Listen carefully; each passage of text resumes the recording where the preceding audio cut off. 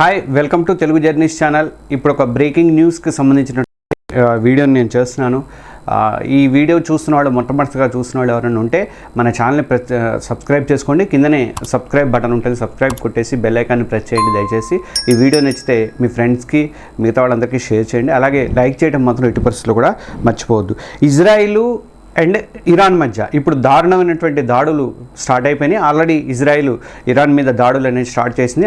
అణ్వాస్త్రాలు, అణ్వాయుధాలు ఉన్నటువంటి కేంద్రాలు, అణు కేంద్రాలు ఉన్నటువంటి దాన్ని టార్గెట్ చేసుకుని మొత్తం ఇరాన్లో దాడులు అనేది చేసింది. దానికి ప్రతిగా అటు ఇరాన్ నుంచి కూడా ఎదురు ఇది అనేది స్టార్ట్ అయింది. కౌంటర్ అటాక్ అనేది స్టార్ట్ అయింది. జనరల్గా ఏంటంటే ఇజ్రాయిల్ అంటే దాడులు చేయడంలో కాదు, తన ప్రొటెక్షన్ కాపాడుకోవడంలో కూడా తన్ని ఒక దిట్టగా ఉంటుంది. దాన్ని మించింది ఎవరు లేరు అని చెప్పేసి అనుకుంటారు. దానికి కారణం ఏంటంటే ఐరన్ డోమ్, ఇరాన్ దగ్గర ఉన్నటువంటి ఐరన్ డోమ్. ఆ ఐరన్ డోమ్ని గురించి ప్రపంచం మొత్తానికి తెలుసు. శత్రువుల రాకెట్లు కానీ, క్షిపణుల దాడులు కానీ దేన్నైనా సరే గట్టిగా తిప్పి అవతల కొడుతుంది. మనకి S-400 ఎలాగనో అంతకంటే కూడా శత్రు దుర్భిక్షమైందని చెప్పేసి దాన్ని చెప్పుకుంటారు. అది చాలా ఇప్పటికి అడ్డుకుంది కూడా. ఈసారి అలాంటి ఐరన్ డోమ్కి గట్టి షాక్ తగిలింది.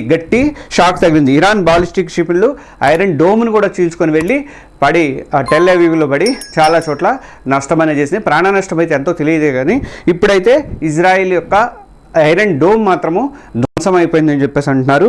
ఇజ్రాయెల్ ప్రధాని బెంజమిన్ నెతన్యాహు శుక్రవారం నాడు మేము ఇరాన్ అణుముప్పును తప్పించేందుకే ఆపరేషన్ రైజింగ్ లైన్ అనే దాన్ని ప్రకటించారు. ఇజ్రాయెల్ సైన్యం IDF 24 గంటల్లో 2 సార్లు ఇరాన్ మీద వైమానిక దాడులు కూడా చేసింది. తర్వాత ఆ దాడులని డ్రోన్లతో ఆ దాడుల్ని తిప్పికొట్టింది ఎవరు, మన ఇరాన్. అయినా సరే ఇరాన్ వందల సంఖ్యలో బాలిస్టిక్ క్షిపణులకి ప్రయోగిస్తూ వచ్చింది. ఈ క్షిపణులు ఐరన్ డోమ్ రక్షణ వ్యవస్థను మొత్తాన్ని కూడా ఛేదించేసి టెల్ అవీవ్లో ఉన్నటువంటి కీలకమైనటువంటి ప్రాంతాలన్నింటి కూడా టార్గెట్ చేసినాయి. అది మెయిన్గా చెప్పాలంటే కీరియా ప్రాంతంలో ఇజ్రాయెల్కు ఉన్నటువంటి రక్షణ కార్యాలయాన్ని కూడా ఇరాన్ ధ్వంసం చేయగలిగింది.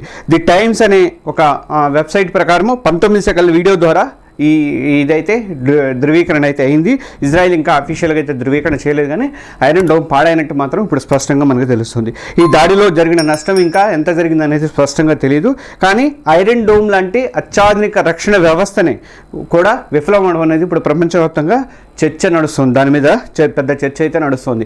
ఇరాన్ డోమ్ అంటే ఏంటంటే, ఇరాన్ డోమ్ అంటే స్థానికంగా దీన్ని కిప్పాట్ బర్జెల్ అని పిలుస్తారు.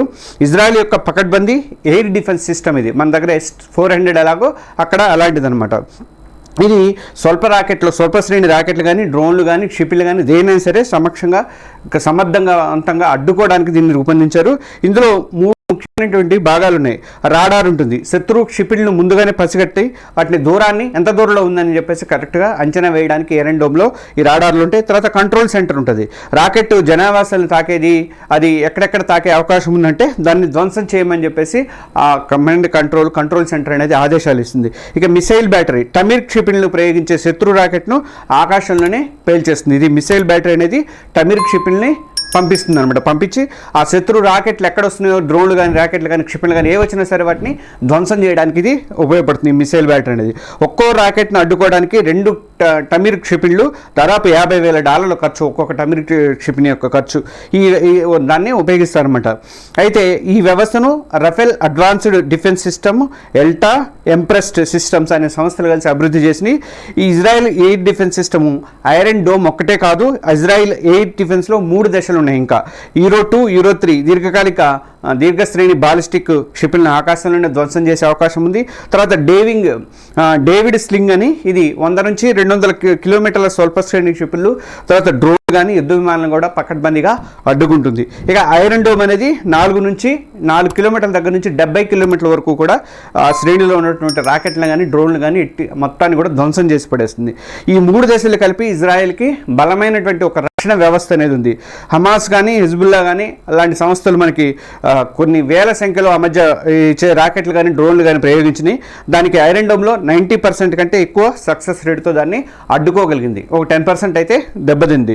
ఈసారి ఎందుకు విఫలమైంది అంటే, శనివారము ఇరాన్ నిమిషాల వ్యవధిలో వేలల్లో బాలిస్టిక్ క్షిపణిని ప్రయోగించింది. టక టక టక టక టక వేలల్లో బాలిస్టిక్ క్షిపణిని ప్రయోగించింది.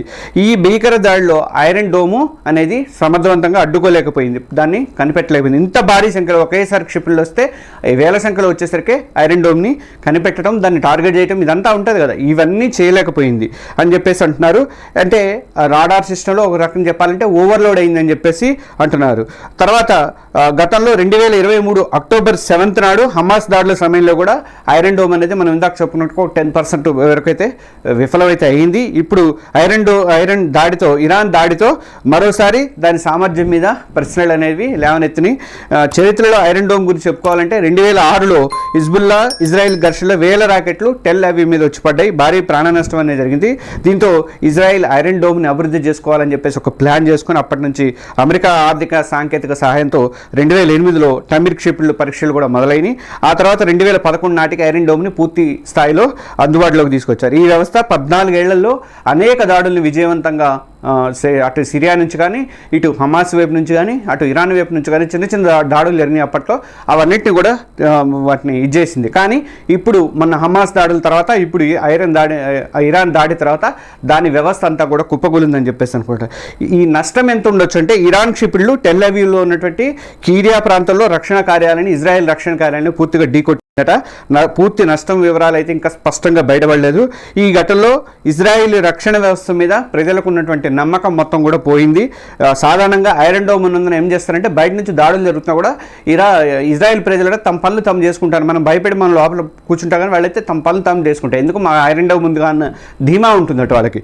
అలాంటిది వణికిపోకుండా వాళ్ళ పనులు వాళ్ళు చేసుకుంటారట. అలాంటిది ఈ దాడితో వాళ్ళ నమ్మకం కూడా పూర్తిగా దెబ్బతినిపోయింది.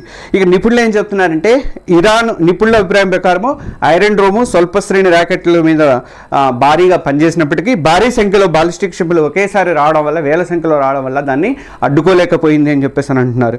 ఈ లేటెస్ట్ టెక్నాలజీతో రూపొందించినవి కూడా అయి ఉండొచ్చు. ఇరాన్ తక్కువది కాదు, ఇరాన్ కూడా బాగా లేటెస్ట్ వాటితో చేసి ఉండొచ్చు అని చెప్పి కూడా అంటున్నారు. Euro 2, Euro 3, డేవిడ్ స్లింగ్ ఇవన్నీ కలిపి సమన్వయం కూడా కాలేదు. ఒక్కసారి అన్ని వచ్చేసరికి వేల సంఖ్యలో వచ్చేసరికి కాలేదని చెప్పేసి అంటారు. ఇక భవిష్యత్తు సంగతి ఏంటంటే, ఇప్పుడు యుద్ధం అవుతుందో లేదో చెప్పలేదు.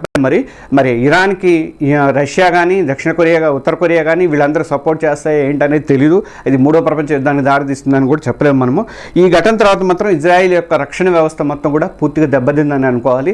మళ్ళీ ఇప్పుడు కొత్తగా ఐరన్ డోమ్కి ఇంకా డబుల్ ఐరన్ డోము ఇంకేదో తయారు చేసుకోవాల్సిన పరిస్థితి అయితే వచ్చింది. కొత్త టెక్నాలజీని అయితే అభివృద్ధి చేసుకోవాల్సిన పరిస్థితి అయితే ఏర్పడింది. ప్రస్తుతం మాత్రం ఏం జరుగుతుందనేది తెలీదు. ఈ మిడిల్ ఈస్ట్ పాలిటిక్స్ మీద అయితే దీని ప్రభావం అయితే తీవ్రంగా ఉండే అవకాశాలు అయితే మనకు కనిపిస్తున్నాయి. మొత్తానికి ఇరాన్ దాడుల వల్ల, వేల సంఖ్యలో దాడులు చేయడం వల్ల ఇజ్రాయెల్ యొక్క ఐరన్ డోమ్ అనేది తుక్కు అయిపోయింది. ఇరాన్ దాడుల్లో ఈ లోపాలు, దీంట్లో ఉన్నట్టు లోపాలన్నీ కూడా బయటపెట్టింది. ఇది ఇవాళ వీడియో. నేను అర్జెంటుగా ఈ వీడియో మీకోసమని చెప్పి చేస్తున్నాను. దయచేసి నాకు మీ కోఆపరేట్ చేయాలంటే కంపల్సరీగా మన ఛానల్ సబ్స్క్రైబ్ చేసుకోండి. మంచి మంచి వీడియోలని నేను రెగ్యులర్గా ఇట్లా అందిస్తూనే ఉంటాను. మీరు సబ్స్క్రైబ్ చేసుకుంటే నాకు ప్రోత్సాహంగా ఉంటుంది. దయచేసి ఒక్కసారి ఆ బటన్ అనేది ఒకటి, ఈ వీడియో నచ్చితే లైక్ చేసి ఒక చిన్న కామెంట్ అనేది పెట్టండి. Thank you.